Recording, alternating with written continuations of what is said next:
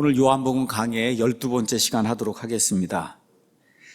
특별히 지난 2주는 요한복음 3장을 강의를 했습니다. 예수님께서 제자들 다 부르시고 그리고 이제 사람들에게 이제 다가가셔서 예수님이 이 땅에 오신 목적을 수행하기 위해 일을 이제 시작을 하셨습니다. 그 일에 이제 첫 번째로 만난 사람이 니고데모라고 하는 그런 사람입니다. 그래서 지난 2주 동안 니고데모 이야기를 했고, 오늘 이제 첫 부분에서는 니고데모 이야기가 어디에서 끝이 나느냐 하면 요한복음 3장 21절에서 이제 끝이 납니다. 그래서 서너 구절 마저 이제 설명을 하고, 그 다음에 오늘의 주제가 되는 예수님은 흥하셔야 하고 우리는 반드시 쇠야 한다, 이런 이야기를 여러분에게 이제 말씀드리려고 합니다. 특별히 이제 지난주에는 요한복음 3장 16절 한 절을 집중적으로 여러분에게 설명을 했어요. 하나님께서 세상을 이처럼 사랑하사 자신의 독생자를 주셨으니 이것은 누구든지 그를 믿는 자는 멸망하지 아니하고 영존하는 생명을 얻게 하려 하십니다. 그래서 맨 앞에 원래는 왜냐하면이 들어있다고 얘기를 했어요. 자, 왜냐하면 하나님께서, 하나님이란 존재가 있다. 자신의 독생자, 그 독생자가 이 땅에 오셔서 성육신 하셔서 이 정도까지 하나님이 우리를 이제 사랑하신다. 그 말씀과 함께, 그래서 누구든지 그를 믿는 자는, 여러분, 누구든지 예수님을 믿기만 하면, 그러면 멸망하지 않고 영존하는 생명을 얻는 거다. 가장 어렵게 사람들이 생각하는 게 뭐냐? 믿는다는 거예요. 그래서 제가 레이건 대통령 이야기를 했어요. 믿는다는 것은 그냥 하나님의 손에 제가 맡깁니다. 하나님을 의지하고 신뢰하고 나의 창조자로 믿고, 우리 사람이 할 수 없는 영역이 있잖아요. 그게 무슨 영역이에요? 죽음의 영역 우리가 어떻게 감당합니까? 우리가 어떻게 해결해요? 그렇잖아요. 그거 어떻게 하나님의 손에 맡깁니다 하는 거예요. 하나님의 손에 맡깁니다. 이게 믿는 거다. 이런 설명을 제가 드렸습니다. 그래서 니고데모 이야기는 이제 종결하면서 우리 예수님이 17절에 이렇게 얘기하세요. 그를 믿는 자는, 다시 이제 예수님이 설명하는 거예요. 그를 믿는 자는 정죄를 받지 아니하거니와, 정죄받는다는 건 마귀와 그의 천사들과 함께 영원 무궁토록 그 마귀와 그의 천사들을 위해 마련해 놓은 영존하는 불에 들어가는 거다. 이거 받지 않는다는 거예요. 예수님을 의지하기만 하면. 그렇게 이제 이야기를 하시면서 이 세상에 오신 것은 세상을 정죄해서 세상 사람들 다 지옥에 넣으려고 우리 예수님이 오신 게 아니다. 예수님이 오신 목적이 뭐냐? 그를 통해 세상을 구원하려 하십니다. 여러분, 하나님이 사랑이세요. 여러분, 저와 아이들, 이렇게 아이들 낳잖아요. 아이들 잘못하잖아요. 죽어라 그러고 진짜 죽으라고 할 때 진짜 죽기 원하는 부모가 어디 있습니까? 그렇죠? 그래서 그 얘기를 지금 하시는 거, 하나님이 사랑이기 때문에 어쩔 수 없이 지금 매를 드는데 너희들이 돌이키고 회개하고 그와 같은 정죄를 받지 말아라. 지금 그렇게 이야기하는 겁니다. 그러면서 그를 믿는 자는 정죄를 받지 아니하거니와 믿지 않는 자는 하나님의 독생자의 이름을 믿지 아니하였으므로 이미 정죄를 받았다. 여러분, 여기 이름이 나오니까 그래서 예수만 100번 1000번 하면 그러면 무슨 구원받는다 이렇게 생각하시면 안 됩니다. 여기서 이름이라고 하는 것 자체가 인격체 전체를 이야기하는 거예요. 그거 뭘 믿어야 되냐? 예수님이 저를 부활시킬 수 있는 권능을 믿는 거예요. 십자가에서 나를 위해 죽으셨다는 그 사실을 믿는 겁니다. 나와 함께 영원토록 공동 상속자가 되셔서 하나님이 주신 모든 것을 나와 함께 나누시는 분이라는 그런 사실을 믿는 거예요. 이거를 믿으면 구원을 받는다, 지금 그렇게 이야기하는 겁니다. 자, 그러면 정죄라는 게 뭐냐? 왜 하나님이 정죄를 하시느냐? 정죄의 근거가 뭐냐? 이게 19절에 나와 있는 거예요. 정죄의 근거. 하나님이 정죄를 하시는데 정죄라는 데 근거가 있잖아요. 그 근거는 뭐냐 하면 빛이 이미 세상에 왔는데 사람들이 자기 행위가 악함으로 빛보다 더 어둠을 사랑한다는 거예요. 그래서 요한복음에 가서 보면 여러 가지 주제가 나오는데, 여러분 요한복음 1장에 이제 가서 보세요. 1장에도 가서 보면 4절에 그분 안에 생명이 있었으며 그 생명은 사람들의 빛이다. 그 빛이 어둠 속에 계속 비치는데 어둠이 그걸 알지 못했다. 근데 침례자 요한이 등장했어요. 뭐하러 등장한 거예요? 그 빛에 대해서 증언하러 등장을 했다. 그렇게 해서 9절에 그 빛은 참빛으로 세상에 들어오는 모든 사람을 비추느니라. 하나님을 알지 못한다고 하나님 앞에 가서 고백할 사람은 아무도 없다는 거예요. 하나님이 다 알 수 있도록 만들어 주셨다는 거예요. 자, 그런데 그분께서 세상에 오시고 세상에 계셨고 세상이 심지어 그분에 의해 만들어졌다. 저와 여러분을 하나님이 만들었는데 불구하고 주인을 알아보지 못한다는 거예요. 근데 그분을 받아들인 자들, 곧 그분의 이름을 믿는 자들에게는 다 그분께서 하나님의 아들들이 되는 권능을 주셨다. 이런 이야기가 나오면서 이 빛이 이 세상에 이미 비춰서 모든 사람이 알 수 있도록 만들어 주셨는데 반응을 안 한다는 거예요. 대다수 사람들이. 반응 안 하는 이유는 뭐냐? 여러분, 빛이 점점 이렇게 가까이 오면은 어둠이 점점 드러나요. 그게 무슨 얘기예요? 내가 죄인이구나, 아주 흉악한 죄인이라고 하는 사실이 자꾸 드러나니까 그게 싫다는 거예요. 마음의 양심의 가책을 가지고 살고 싶지 않다는 거예요. 근데 잘못 이해한 거예요. 여러분, 빛이 들어와서 죄가 드러나게 되면 그 죄 때문에 양심의 가책을 받아야 됩니다. 처음에는. 근데 그것 때문에 괴로워하며 이거를 어떻게 극복할 수 있을까 할 때 예수님의 은혜가 오는 거예요, 그게. 근데 그걸 견디지 못하는 거예요. 하나님을 의뢰하려고 생각을 안 하기 때문에 자기 힘으로 풀려고 하다 보니까 그 빛이 오는 것 자체를 싫어하는 겁니다. 그래서 빛이 왔는데도 그 빛을 믿지 않는다. 그래서 계속해서 아까운 데 머무르려 한다고 주님께서 이제 말씀을 해주시는 거예요. 이런 사람들의 특징이 있습니다. 특징인데 많은 경우 여러분, 오히려 악한 사람은 예수님을 좀 믿기가 쉬워요. 본인이 좀 알거든요. 내가 진짜 죄를 짓는 사람이다. 알아. 이렇게 알면은 예수님을 믿을 가능성이 좀 커요. 그런데 어떤 사람이 어려우냐? 특별히 남에게 해를 끼치지 않고 사는 사람. 그 사람 마음속에 엄청난 교만이 들어있어요. 내가 왜 죄인인가? 도대체 왜 나를 죄인이라 그러느냐? 여러분, 이거 제 말 진짜입니다. 마음이 착하고 이런 사람이 좌익이 되기 쉽고 마음이 착한 사람이 죄인이라는 거 인정 안 해요. 안 합니다. 내가 무슨 죄인이냐. 그렇게 생각해서 죽을 때까지 받아들이지 않습니다. 그게 무슨 얘기야? 나는 괜찮은데 왜 자꾸 나를 죄인이라 그러느냐. 여러분 가운데 그런 생각이 들면 그게 교만이라는 겁니다, 여러분. 그게 교만이에요. 오늘 이 시간에 하나님이 그냥 이 코에서 호흡을 딱 떼 가시면 그럼 어떻게 해요? 죽는 거예요. 혹시 계기가 되시면 아버지든 누구든 임종하는 모습을 한번 가서 이렇게 보세요. 임종이 뭐예요? 호흡에서, 코에서 호흡이 딱 떠나는 게 그게 임종이에요. 그럼 사람이 죽는 거예요. 여러분 그거 막을 수 있는 사람이 있어요? 없어요? 없잖아요. 그거를 인정하라는 거예요. 하나님께서 너무 어려운 거 얘기하는 게 아니라 그거를 인정해라.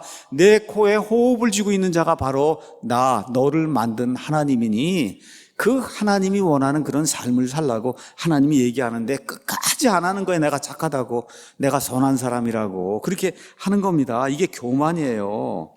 자, 그래서 이 교만한 사람들이 겉으로는 안 그런 것 같아요. 그런데 말로다가 내가 뭐가 죄를 졌어 이렇게 자꾸 이야기하면서 하나님을 대적하는 그런 일을 한다는 거예요. 그래서 이것은 지적인 문제가 아니라 영적인 도덕적인 문제입니다. 그래서 하나님께서 다 이 말씀을 해주시고 그리고 21절에 그러나 진리를 행하는 자는 빛으로 나오나니 이것은 자기 행위와 또 그 행위가 하나님 안에서 이루어졌음을 나타내려 합니다.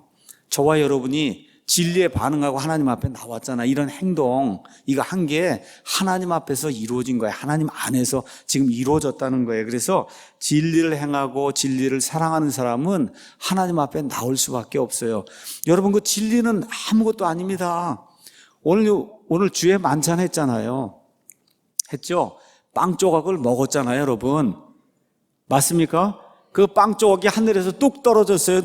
어젯밤에 누가 만들어 왔어요. 만들어 왔잖아요.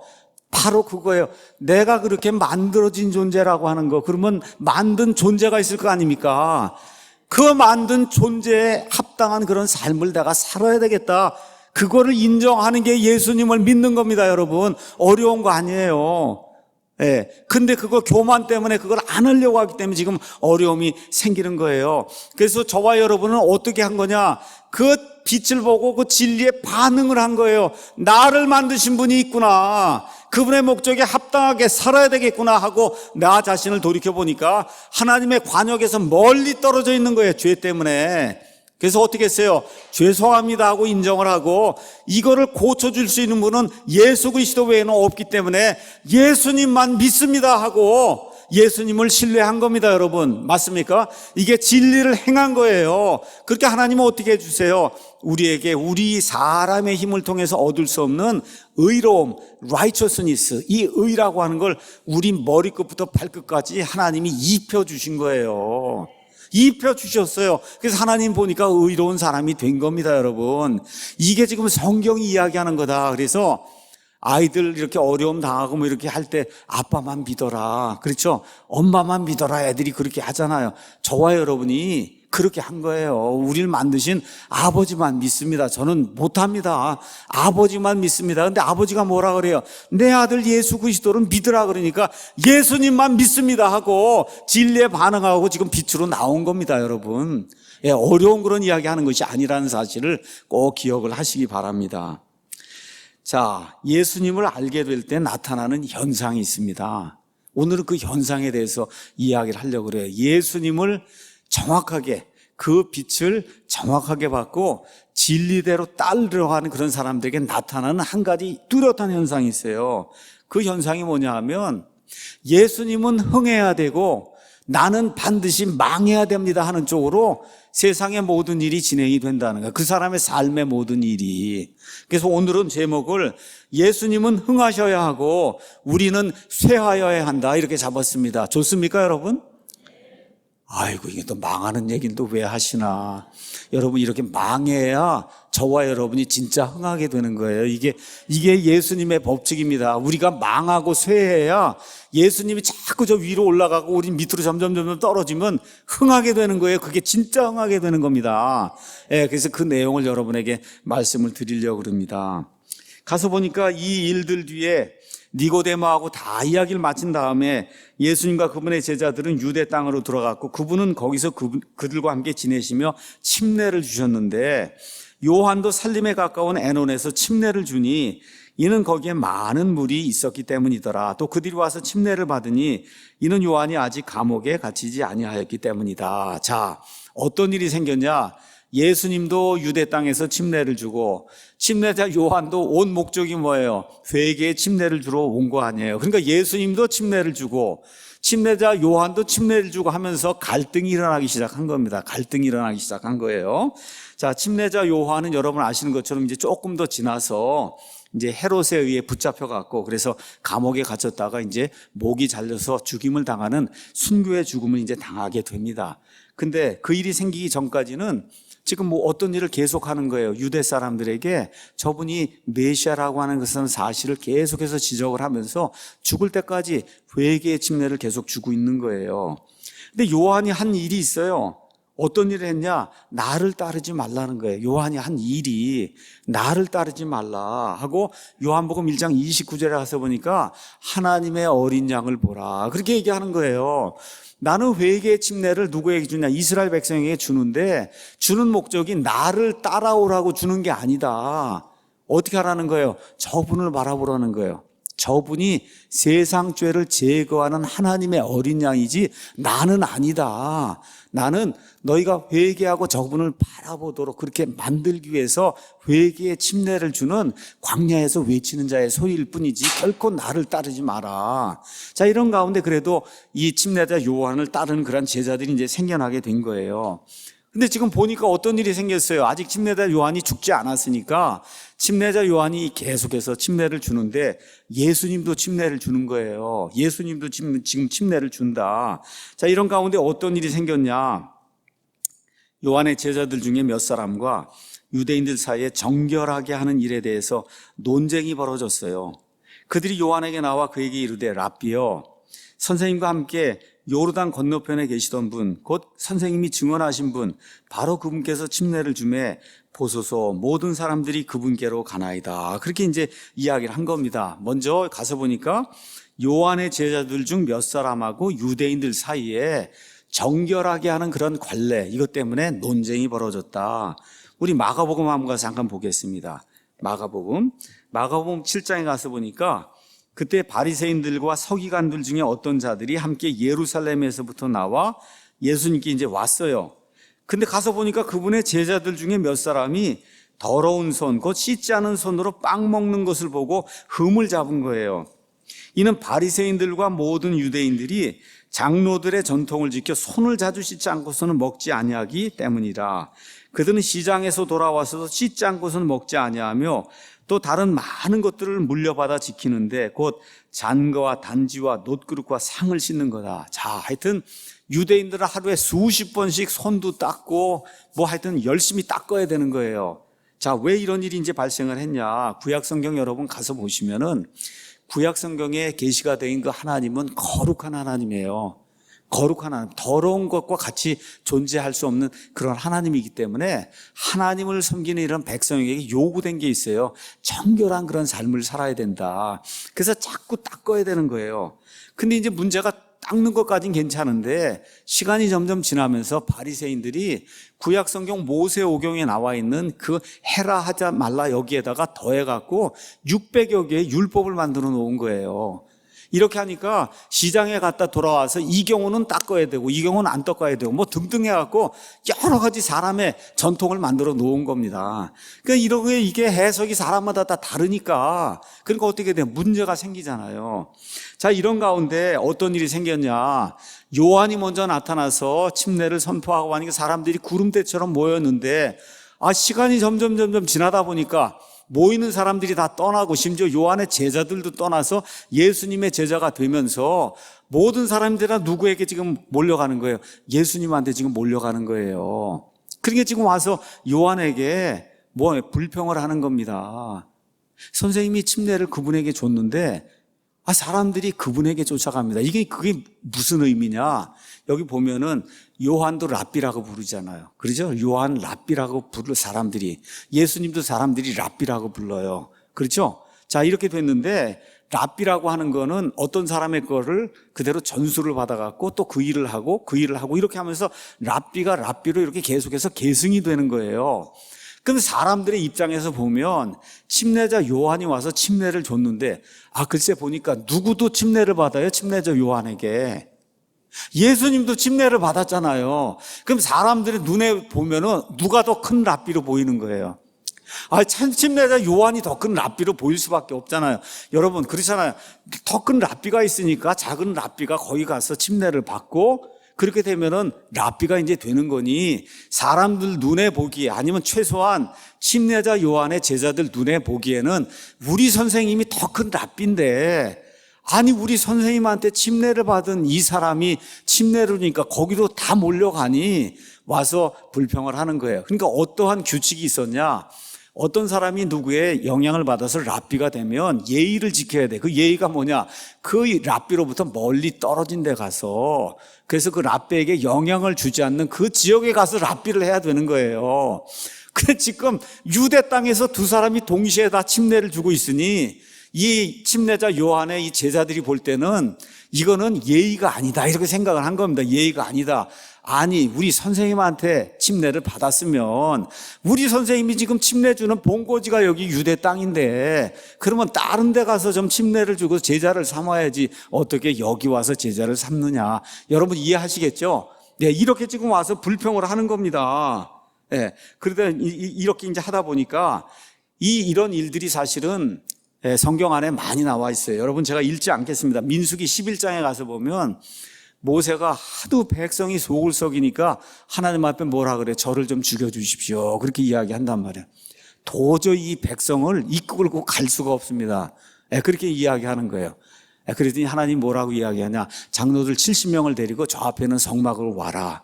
그래서 성막으로 데리고 갔더니 옛날에는 대언의 말씀이 모세에게만 직통으로 내려왔는데 하나님의 영이 그들에게 임하니까 이 사람들도 하나님의 말씀을 받아갖고 대언을 하는 거예요. 근데 진영에 그 70명 중에 가야 될 그 70명에 2명이 진영에 남아 있었어요. 엘닷과 멜닷이라는 사람이. 근데 이 사람들에게도 하나님의 영이 임하니까 이 진영에서 막 하나님이 이렇게 말씀하셨다고 이야기를 하니까 그걸 누가 들었어요? 여호수아. 그렇죠? 모세의 수제자 여호수아가 듣고는 쫓아가서 모세에게 얘기하는 거예요. 뭐라 그래요? 저 사람들 제발 대언하지 못하게 그렇게 해야 되지 않겠습니까? 대언은 오직 선생님만 해야지. 이거 70명이 다 하면 그러면 어떻게 됩니까? 그 모세가 뭐라 그래요? 이 70명뿐만 아니라 온 백성이 대언하면 좋겠다. 그러니까 이게 무슨 얘기냐? 모세를 따르는 사람, 여호수아는 모세를 따르는 사람이잖아요. 우리 선생님만 좀 잘 되길 원하는 거예요. 우리 선생님만 좀 잘 돼야지. 아니 어떻게 대언의 말씀을 70명이 다 할 수가 있냐. 지금 여기 침례자 요한의 제자들도 마찬가지예요. 우리 선생님이 잘 돼야 되고 우리 선생님이 이 사람에게 침례를 줬으니 예의상 이 사람은 저쪽으로 가고 이 지역은 우리가 다스려야 되는데 왜 와서 같은 데서 침례를 줘갖고 사람들이 다 거기로 몰려가게 그렇게 만드느냐. 지금 그런 이야기를 하고 있는 겁니다. 문맥이. 여러분 이해하시겠죠? 왜 이런 일이 생기냐? 하나님의 일이나 하나님보다 지도자를 더 사랑하기 때문에 문제가 생기는 거예요. 잘 들으셔야 됩니다. 하나님이나 하나님의 일보다 지도자를 더 사랑하게 되면 이런 문제가 생기는 거예요. 그래서 앞으로 교회의 지도자가 될 사람이 알아야 될 거, 그게 뭐냐 하면 교회에서는 누가 문제를 일으키냐? 반대자가 문제 일으키는 거 쉽게 찾아낼 수 있어요. 근데 따르는 사람이 문제를 일으키는 거, 이게 어려운 문제예요. 이게 어려운 문제예요. 이걸 잘 파악을 해야 좋은 지도자, 목사가 이제 될 수 있는 겁니다. 근데 침례자 요한이 얼마나 훌륭한지 알 수가 없습니다. 이래서 위인이라고 얘기하는 거예요. 이래서 예수님께서 여자에게서 태어난 사람들 가운데, 지금까지 태어난 사람들 가운데 침례자 요한보다 더 큰 사람은 없었다. 예수님이 그렇게 칭찬하잖아요. 침례자 요한의 이야기를 한번 보시기 바랍니다. 27절, 요한이 응답하여 이르되 하늘에서 주지 아니하시면 사람이 아무것도 받을 수 없느니라. 이 참 정말 굉장하잖아요. 여러분 멋있지 않습니까? 그렇죠? 그러니까 사역의 결과, 이 사역이라고 하는 거, 하나님의 일을 하는 거, 그 하나님의 일 때문에 생겨난 어떤 축복과 커다란 그런 부흥이 있잖아요. 이거는 하나님에게서 오는 거다. 그러니까 나는 경쟁할 필요가 없다. 그렇게 이야기하는 거예요. 이 사람이 나한테 침례를 받았든, 그렇죠? 그 다음에 여기서 침례를 주든 뭐든, 그거 나하고 경쟁할 그런 대상이 아니다. 이 모든 일 일어나는 걸 보면 이게 하나님의 일이 아니냐. 이걸 판단할 수 있어야 된다는 거예요. 이게 위대한 사람인가? 이게 위대한 사람. 자, 그래서 예를 들어 바울과 바나바도 고린도 교회 안에 문제가 생겼잖아요. 어떤 사람은 바울 파라 그러고 나는 이 아볼로 파라 그러고 이렇게 해서 문제가 이제 생긴 거예요. 그지 바울이 고린도전서 3장 1절에서 9절에 뭐라고 얘기해요? 나는 말씀을 이렇게 심었고 아볼로는 물을 줬는데 그게 자라게 하신 분은 나도 아니고 아볼로도 아니고 누구라 그래요? 하나님이다.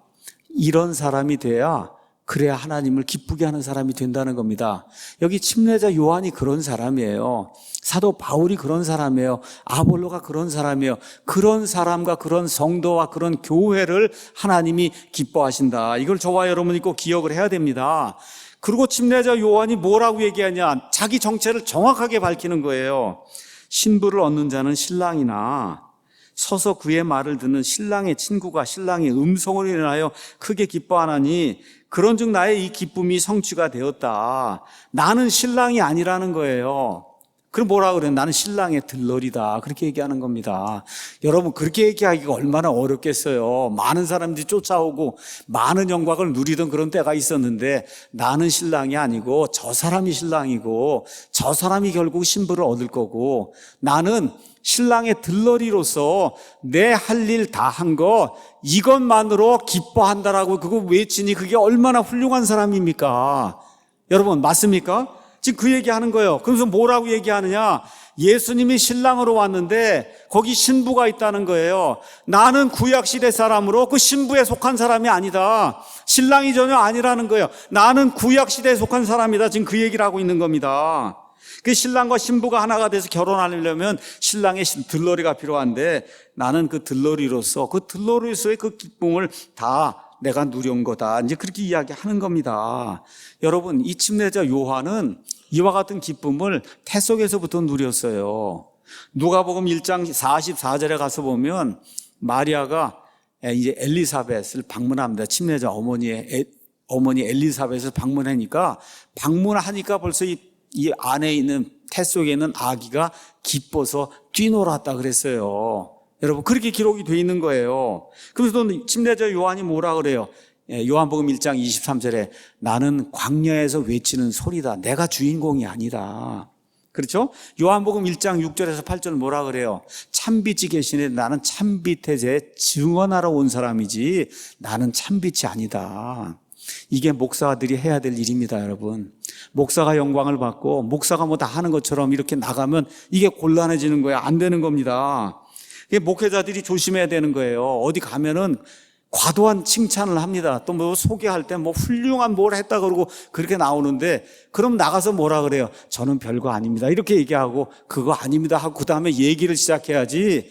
그거에 대해서 아닙니다 얘기를 안 하고 그대로 말을 시작하면 그게 무슨 얘기예요? 나는 그렇습니다. 그렇게 얘기하는 거잖아요. 맞습니까, 여러분? 여기 어떤 목사가 나온다고 하니까 이 목사 소개를 했어요.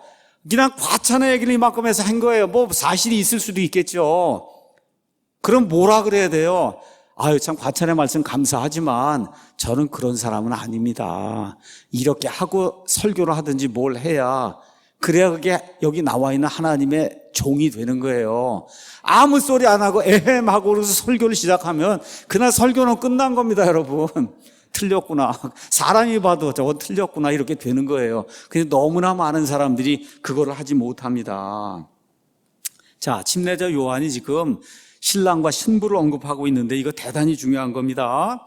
자, 구약시대 이스라엘은 이집트 땅에서 하나님이 강권적으로 홍해를 건너고 해서 지금 이 가나안 땅에 데려다 놓았어요. 그 데려다 놓기 전에 시내산에서 하나님이 너 한번 나하고 한번 언약을 한번 맺어보자. 너를 특별한 백성으로 삼으려고 하는데 거룩한 민족으로 이 땅에 있는 모든 민족들에게 으뜸이 되고 빛과 소금의 역할을 하는 그런 민족으로 내가 너를 삼으려고 하는데 내가 주는 이 명령에 따라 살겠느냐. 그렇게 얘기하니까 이스라엘 백성이 아멘 하고 그렇게 하겠습니다 하고 하나님과 언약을 맺었어요. 언약을 맺은 그 순간부터 어떤 관계가 됐냐? 여호와 하나님이 남편이 되고 이스라엘은 아내가 되는 그런 관계가 된 거예요. 여러분 이해하시겠죠? 그래서 시내산에서 언약을 맺으면서 하나님, 여호와 하나님은 남편이 되고 그다음에 여기 있는 이 이스라엘 백성은 아내가 된 거예요. 그래서 결혼 생활의 시작이 된 거예요.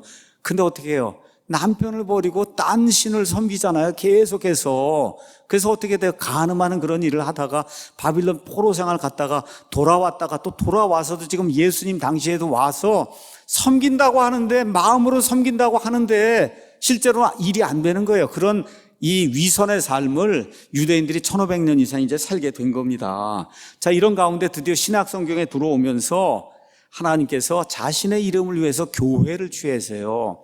그래서 우리 예수님이 이 땅에 오신 목적이 뭐예요? 신랑으로 오셨어요. 정혼하러 오신 거예요. 유대인들의 풍습에 따라 정혼을 하러 오신 거예요. 정혼하려고 하면 신부의 몸값을 치러야 돼요. 그 몸값을 치렀다면 자기 피로 새 상속 언약을 세우셔서 그래서 어떻게 했어요? 언약을 세우신 거예요. 정혼의 언약을 세우셨어요.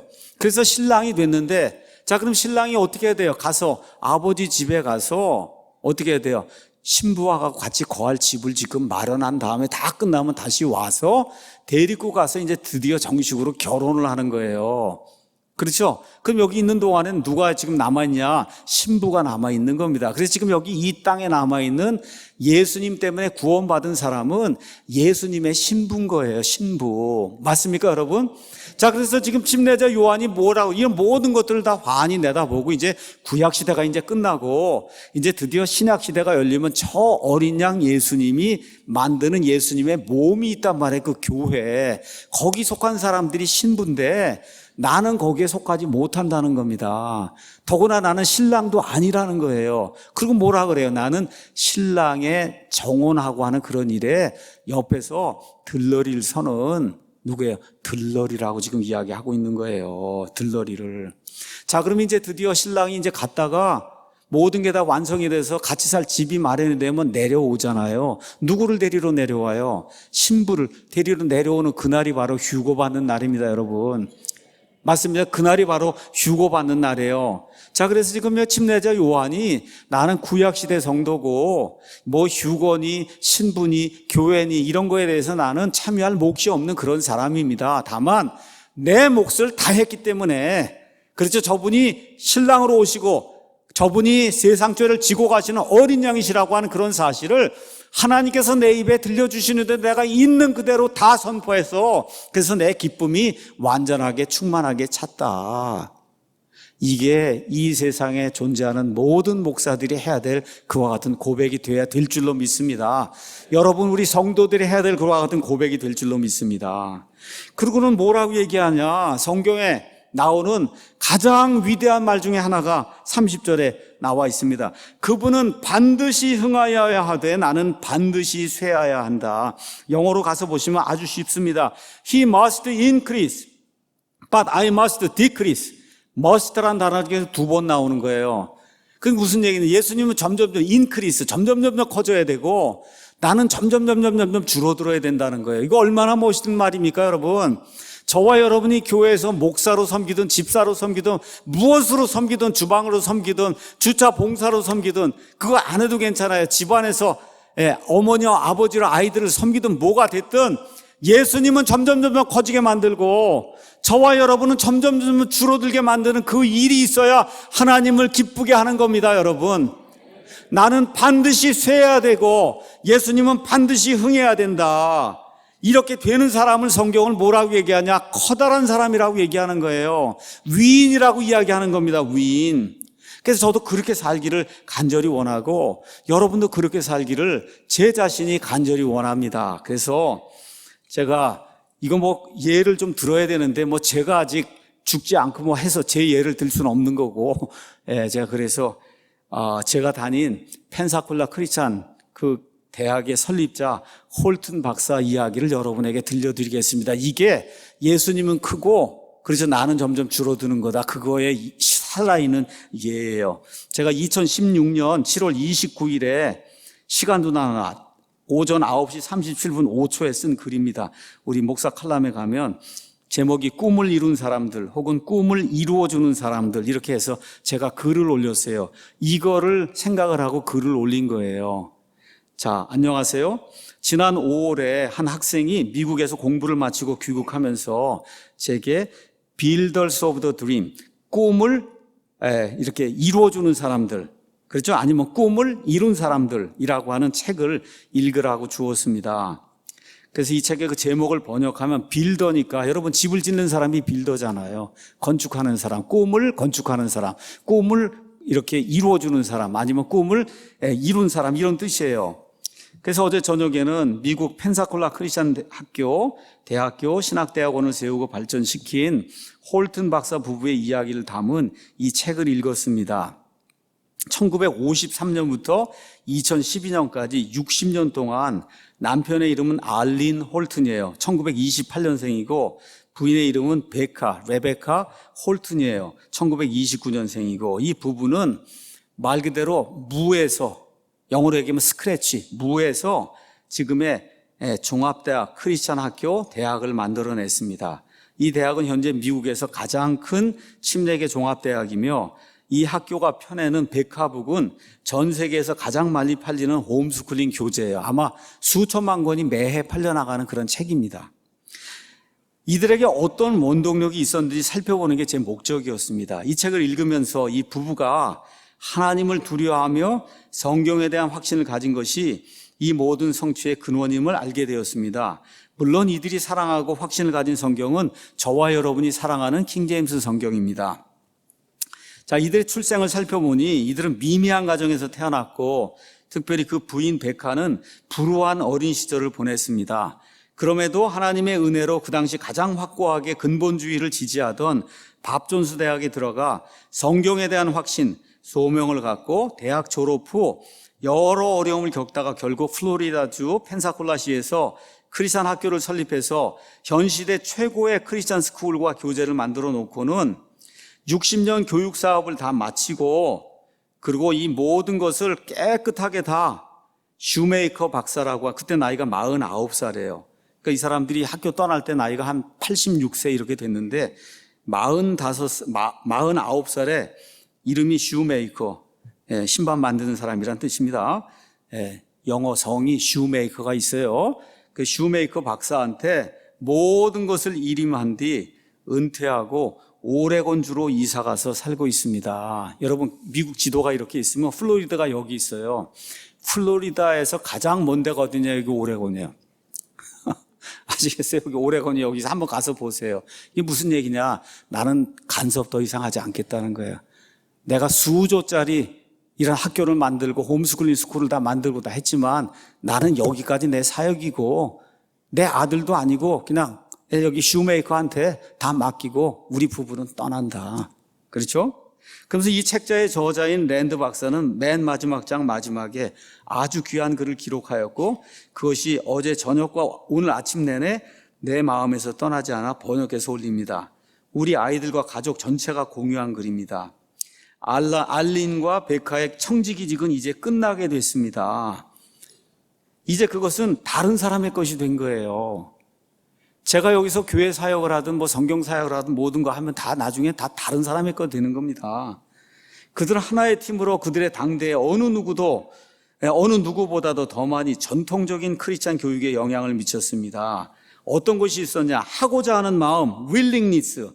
그리고 하나님께서 이런 비전을 확장해 주시기를 바라는 염원, desire for God to enlarge the vision. 하나님 안에서 비전을 가졌는데 하나님이 비전을 확장해 주시기를 바랍니다는 그런 강한 열망을 가지고, 그렇죠? 그리고 이 모든 것을 성취해냈습니다. 그들은 믿음과 긍정적인 자세 그리고 섬김의 흥분, 이거 일을 할 때 흥분하며 일을 했다는 거예요. 이 학교가 말 그대로 무에서 저렇게 커다란 학교가 되고 홈스쿨링 교재가 매 수천만 권이 퍼져나가면서 사람들에게 영향을 미치는 그 일을 할 때 한순간 한순간의 기쁨과 그 다음에 섬김의 흥분, 여러분 스릴이 있다 그러잖아요. 그걸 가지고 60년 동안 이런 일을 했다는 거예요. 이런 기쁨을 가지고 그들의 삶에서 일어난 모든 일, 수고와 도전과 실망과 이런 거를 피하지 않고 직접 대면하며 뚫고 나갔습니다.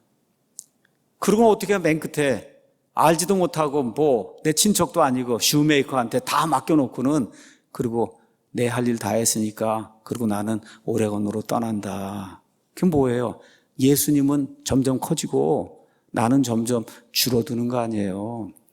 맞습니까, 여러분? 그런 삶이 있어야 된다는 겁니다. 내게도 꿈이 있어요, 제게도. 그래서 거기 쓴 겁니다. 내 꿈은 우리말답게 정확하게 번역된 성경을 책으로 그리고 좋은 목소리의 성우를 써서 음성으로 남기고 가는 겁니다. 하나님의 은혜로 궁극적으로 이 꿈을 이룬 사람이 되면 좋겠습니다, 제가. 또한 하나님께서 얼마나 내 삶을 연장해 주실지 모르지만 나도 누군가의 꿈을 이루어주는 사람이 되고 싶습니다. 그 뒤에는 이 모든 것이 다른 사람의 것이 될 거예요. 우리 교회에서 잘하고 열심히 수고한 그런 사람의 것이 될 거예요. 깨끗하게 두고 떠나서 예수님께 영광이 되고 나 자신은 낮아지는 그런 삶을 사는 게 그게 성경이 이야기하는 위인의 삶입니다, 여러분. 위인의 삶이에요.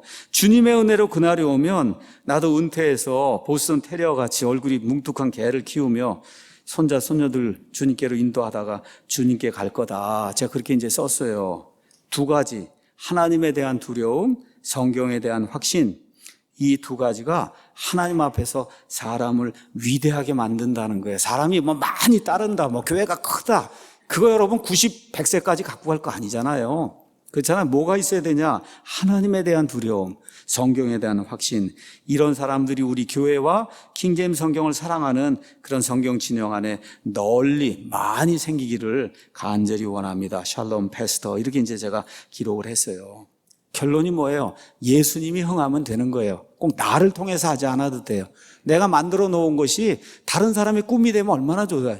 그렇죠? 그 사람이 또 그 꿈을 또 펼쳐나가고 그 사람도 누굴 위해서만 일하는 거예요. 예수님을 위해서만 일하고 또 누구에게 물려주는 거예요. 예수님을 위해서만 일하고 그래서 예수님을 향한 그런 일들은 계속해서 진척이 되고 그 일에 사용이 되는 이런 모든 도구들은 그걸 다 끝을 내고 그것이 나의 기쁨입니다 하고 하나님 앞에 가면 끝나는 겁니다, 여러분. 이게 예수님을 믿는 사람들의 좋은 특징이고 예수님을 믿는 좋은 리더들의 그런 특징이 돼야 되는 겁니다. 이 사랑 침례교에서 저와 제 아내가 그와 같은 일을 할 겁니다, 여러분. 예. 자, 마지막 이야기하고 마치겠습니다. 자, 예수님은 그럼 무엇하는 분인가? 이 내용이 마지막에 나옵니다. 31절에서 36절에 한마디로 증인이에요. 증인이란 말이 요한복음에 50번 나오는데 요한은 예수님에 대한 증인이고 예수님은 진리에 대한 증인이에요. 그래서 예수님이 계속 얘기해서 진리에 대해 내가 증언한다. 왜 그 증언을 우리가 들어야 되냐? 31절에 그분은 위로부터 오신 분이고 모든 것 위에 계시고 그 다음에 목사를 비롯해서 침례자 요한을 비롯해서 모든 사람은 땅에서 난 자이기 때문에 땅에 속에 땅의 것을 말하기 때문에 그래서 하늘나라 소식이 어떤가를 정확히 알려면은 누구에게서 들어야 되냐? 하늘에서 온 증인의 말을 들어야 되는 거예요, 여러분.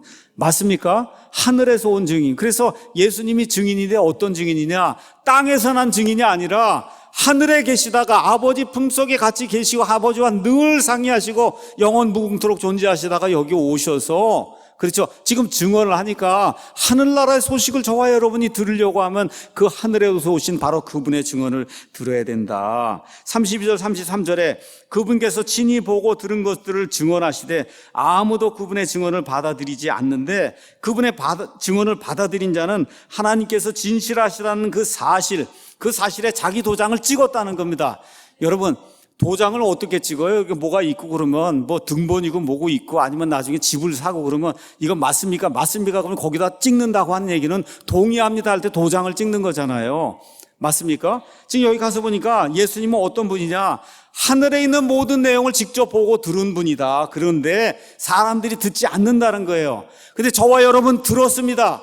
그렇죠? 들었어요. 듣고 어떻게 했느냐? 하나님은 진실하시라고 도장을 갖다 찍은 겁니다, 여러분. 도장을 찍었어요. 맞습니까? 그 도장을 찍은 사람들, 그 사람들이 구원받는 사람이다. 그렇게 지금 이야기하는 거예요. 자, 그렇게 이야기하면서 34절에 하나님께서 보내신 분은 하나님의 말씀들을 말하나니 예수님은 오직 하나님의 말씀들만 말하기 때문에 하나님을 알기 원하시면 복음서를 읽으셔야 돼요. 하나님이 어떤 분인가 알기 원하시면 복음서를 읽으셔야 돼요. 하나님의 말씀들만 말하기 때문에 왜 그러냐? 이는 하나님께서 그분에게 성령을 한량없이 주신다. 여러분 성령 체험했다고 하는 사람이 많은데 다 요만큼 받은 거예요. 근데 우리 예수님에게는 성령님을 무한정으로 주신다는 거예요. 우리 하나님께서 여러분 한량없이 주신다는 거예요. 한량없이. 그러니까 예수님의 그 나오는 그 은혜의 말 그냥 이렇게 들으면 사람들의 마음이 녹을 수밖에 없도록 그렇게 주시는데 그 말씀이 그걸 다 끝난 게 아니라 여기에 다 기록이 돼 있단 말입니다, 여러분. 그러니까 저와 여러분이 그 말씀을 읽을 때 한량없는 성령님의 은혜를 가지고 말씀을 풀어주는 이 말씀이 꿀같이 달게 되는 그런 역사가 일어나야 되는 겁니다, 여러분. 그렇죠? 지금 그 얘기를 지금 하고 있는 거예요. 자, 이렇게 이야기하면서 마지막으로 다시 한번 하나님께서 아버지께서 아들을 사랑하사 모든 것을 그의 손에 맡기셨으니 저와 여러분에 대한 심판, 믿지 않는 자들에 대한 심판, 영원한 생명을 주는 거, 영원한 저주를 주는 이 모든 것을 아들에게 다 맡겼단 말이에요. 그래서 아들을 믿는 자에게는 영존하는 생명이 있고 아들을 믿는 자는 생명을 보지 못하며 도리어 하나님의 진노가 그 위에 영원토록 머물러 있다라고 하면서 요한복음 3장의 구원 메시지를 지금 종결하는 이와 같은 말씀이 나오는 겁니다. 그래서 믿어라 해야 된다. 믿는 게 뭐예요? 여러분 다시 말씀드려요. 하나님 손에 맡깁니다. 맡깁니다. 우리 예수님도 십자가에서 돌아가실 때 아버지께 제 영을 맡깁니다. 그러잖아요. 맡기는 겁니다, 여러분. 나는 미천한 존재입니다. 내가 뭐 돈이 좀 있고 뭐 힘이 센 것 같아도 정말 하나님이 오늘 이 시간에 내 코에서 호흡을 제거하시면 제가 저 땅속으로 들어가 썩을 수밖에 없는 그런 존재입니다. 하나님 감사합니다. 하나님 알게 해주셔서 감사합니다. 내 주인이 되신 거 감사합니다. 내가 자세하게 어떻게 되는지는 모르지만 여러분 뉴욕에 가는데 뉴욕에 가려고 그래요. 저 인천공항에 갔어요. 한 사람이 저 비행기가 어떻게 움직이는지 내가 다 알기 전에는 절대 탈 수가 없다 그러면 못 갑니다, 여러분. 비행기 티켓 가지고 그리고 어떻게 거기 승무원이 지정해준 좌석을 가지고 그리고 거기서 앉고 12시간 있으면 뉴욕에 도착하는 거예요. 다 몰라도 되는 겁니다. 뭐만 있으면 돼요? 구원 티켓만 있으면 되는 거예요. 그 구원 티켓이 예수님입니다. 예, 예수님이에요. 그 예수님을 믿으시면 저와 여러분이 구원받는다. 성경이 그렇게 이야기하는 겁니다. 자, 그래서 요한복음 3장이 중요하기 때문에 세 가지만 결론 내리고 마치겠습니다. 요한복음 3장은 사람이 다시 태어나는 것이 없이는 결코 구원받을 수 없다는 거예요.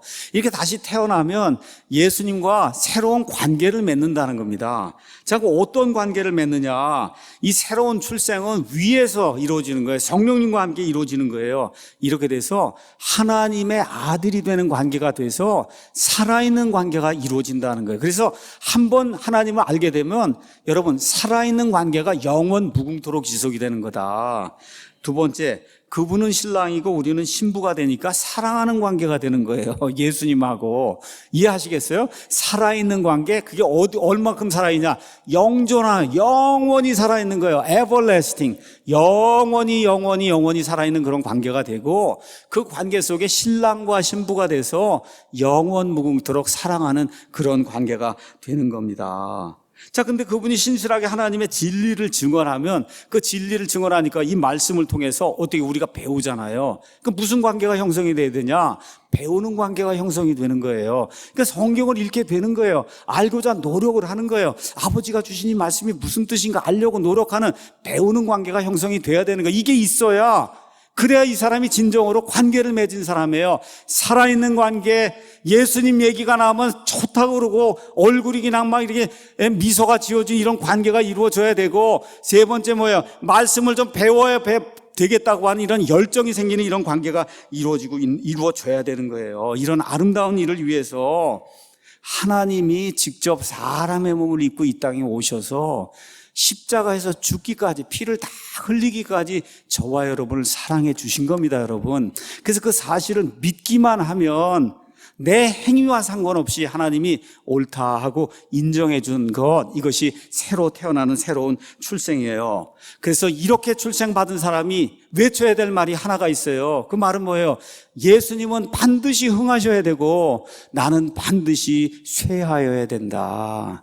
이와 같은 아름다운 고백을 할 수 있는 저와 우리 사랑침례교회 모든 성도들이 되기를 예수님의 이름으로 축원합니다.